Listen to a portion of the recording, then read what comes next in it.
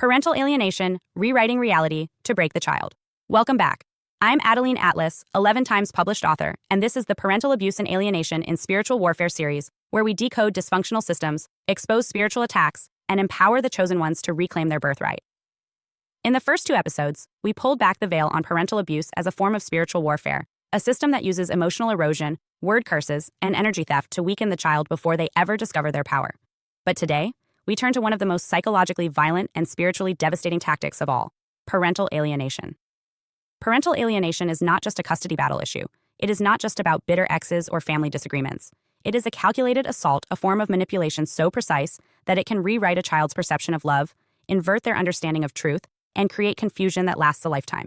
When viewed through the spiritual lens, parental alienation isn't just psychological sabotage, it's soul sabotage. Let's begin by defining it clearly. Parental alienation occurs when one parent deliberately turns a child against the other parent. This isn't a disagreement. This isn't healthy distance.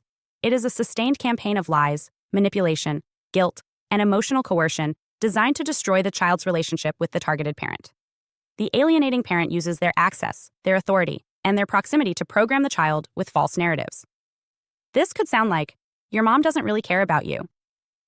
Your dad only shows up when he wants something, or if you go with her, you'll hurt me. Over time, the child begins to internalize these lies, and not just as opinions, but as memories. This is what makes alienation so dangerous. It doesn't just affect what the child thinks, it changes what they believe they experienced. Let's call it what it is: psychological warfare. But more than that, it is a spiritual inversion of reality. In healthy parent-child dynamics, the parent protects the child's bond with both caregivers. They don't demand loyalty through guilt. They don't compete for affection.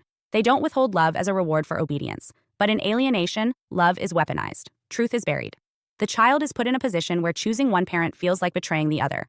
And because the alienating parent punishes disloyalty, the child chooses survival over truth. Let's go deeper. At its core, parental alienation is a satanic inversion of truth. It takes what is sacred, the bond between child and protector, and turns it upside down. The loving parent becomes the enemy. The abuser becomes the savior. And the child's sense of safety is tied to rejecting the very person who once covered them in love, protection, and truth. This is not just emotional manipulation. This is spiritual fragmentation. Why? Because a child's first experience of God is often through their caregivers. When a parent lies about the other, punishes the child for their love, or distorts the family narrative, they aren't just cutting off the child from the other parent. They are cutting the child off from spiritual alignment. The child begins to distrust their own discernment. They begin to believe that love is conditional. They question whether what they felt, remembered, or hoped for was ever real. This creates false memory implantation, not through hypnosis or science fiction, but through repetition, suggestion, and fear. The alienating parent constantly reminds the child of grievances, sometimes real, often exaggerated, or entirely fabricated. Over time, the child begins to remember the other parent as distant, dangerous, or uncaring. This is the warping of memory, and it is psychological abuse of the highest order.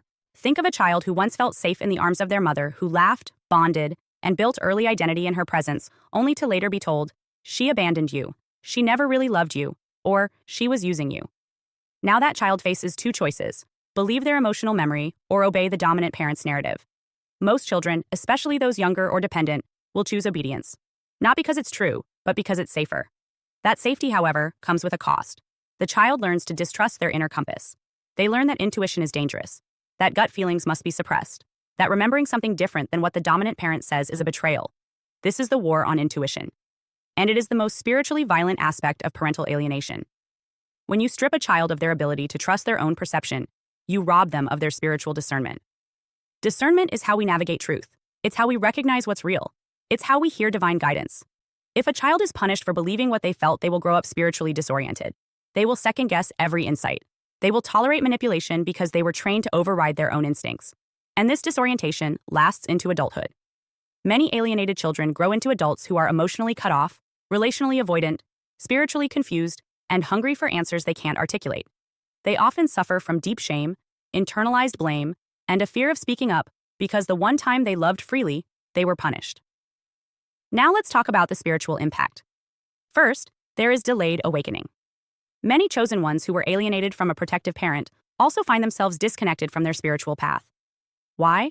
Because that parent was not just a caregiver, they were a spiritual portal, a source of guidance, a vessel of protection. And when that relationship is severed, the child loses not just a parent, but a key part of their spiritual identity. Second, there is a loss of spiritual protection. In many lineages, one parent carries the role of spiritual covering the intercessor, the intuitive, the healer. When the child is alienated from that covering, they become vulnerable to the generational spirits that would have been blocked or cast out by that parent's presence. It's not just emotional abandonment, it's spiritual exposure. Third, there is deep confusion about reality itself. The child doesn't just question their parents, they question themselves. They doubt their emotions, their memories, and even their worth. That confusion often shows up as depression, anxiety, dissociation, and chronic fear of attachment. And it doesn't just go away with time. It stays until the truth is revealed and reclaimed. Here's the thing: the child was never meant to be cut off. They were meant to be covered in light. Parental alienation is a spiritual crime because it rewires love into fear. It teaches children that truth is dangerous and obedience is survival. It binds the soul to confusion. But that confusion is not permanent. The truth, once revealed, has the power to reverse the spell. So how does the healing begin? First, we must name it. Call it what it is. Not just high conflict divorce or parental tension, but spiritual sabotage. Alienation is abuse. Period. It must be recognized as a violent rupture, not just a parenting style. Second, we must validate the child's inner knowing. Whether they are 8 or 48, the child who was alienated must be told, you were lied to. Your instincts were correct. You are not crazy for remembering differently. This step is crucial. It restores the compass. It reconnects the soul to itself. Third, we must repair the severed bond if possible with the alienated parent. This doesn't mean idealizing them or ignoring real flaws. It means reconnecting through truth, not propaganda. It means listening to both sides, telling the whole story, and letting the child rebuild relationship based on reality, not fear. Fourth, we cut the cords. The spiritual cords tied to control, guilt, and false loyalty must be identified and severed. This includes inner vows like, I can't love them or I'll hurt the other parent. These are trauma contracts, and they must be broken for healing to begin. Finally, we restore the child's spiritual authority. This means helping them trust their intuition again, helping them reconnect with divine source, helping them rebuild a sense of self that's not based on what they were told, but who they truly are. Let me speak directly to the survivors now. You were not crazy. You were not disloyal. You were manipulated. You were put in an impossible position. But you are allowed to come back to the truth. You are allowed to reconnect with the parent you were separated from. You are allowed to remember differently. You are allowed to heal. And to the parents who were alienated, let me say this. You are not invisible. You are not forgotten. Your pain is not in vain. Keep standing. Keep loving. Keep praying. Because truth always rises. And love, when rooted in truth, cannot be erased. To those still in the fog, you weren't meant to be cut off. You were meant to be covered in light. Covered in truth. Covered in clarity. Covered in protection. Covered in real love, not control disguised as loyalty. This is the power of naming spiritual abuse. When we name it, we can confront it. When we confront it, we can dismantle it. When we dismantle it, we take back what was stolen: identity, connection, power, and purpose. Hi, I'm Adeline Atlas, 11 times published author, and what you just watched is part of my signature program, the Chosen One series inside School of Soul. This series is not just a course, it's a blueprint for those who know they were different from the start: the black sheep, the scapegoat, the truth teller, the cycle breaker. Inside, you'll discover the family roles playbook, the golden child, the scapegoat, the enabler, the lost child, and how to finally step out of the part you were cast in without consent. How the black sheep becomes the goat, turning rejection into radical transformation and leadership. How to break generational curses and rewrite ancestral contracts so the pain stops with you. And how to recognize and escape modern forms of spiritual and technological targeting, from gang stalking to synthetic synchronicity.